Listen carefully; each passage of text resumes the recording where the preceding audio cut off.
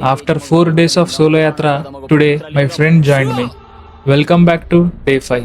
ఇవాళ అయితే కాశీ విశ్వనాథ్ మందిర్ దర్శనంతో పాటు డే 2 రోజు కవర్ చేయలేని దుంది Ganapati Mandir, Annapurnadevi temple and along with this 2 అష్టాదశ శక్తి పీఠాలలో ఒకటైన కాశీ విశాలాక్షి దేవి దర్శనం అయిపోయాయి. ప్రయాగ్రాజ్ లో జరుగుతున్న మహాకుంభమేళ ఎఫెక్ట్ వలన ఎట్ ప్రెసెంట్ కాశీ విశ్వనాథ్ మందిర్ దర్శనం చేసుకోవాలంటే మాత్రం అట్లీస్ట్ 4 to 5 hours పడుతుంది.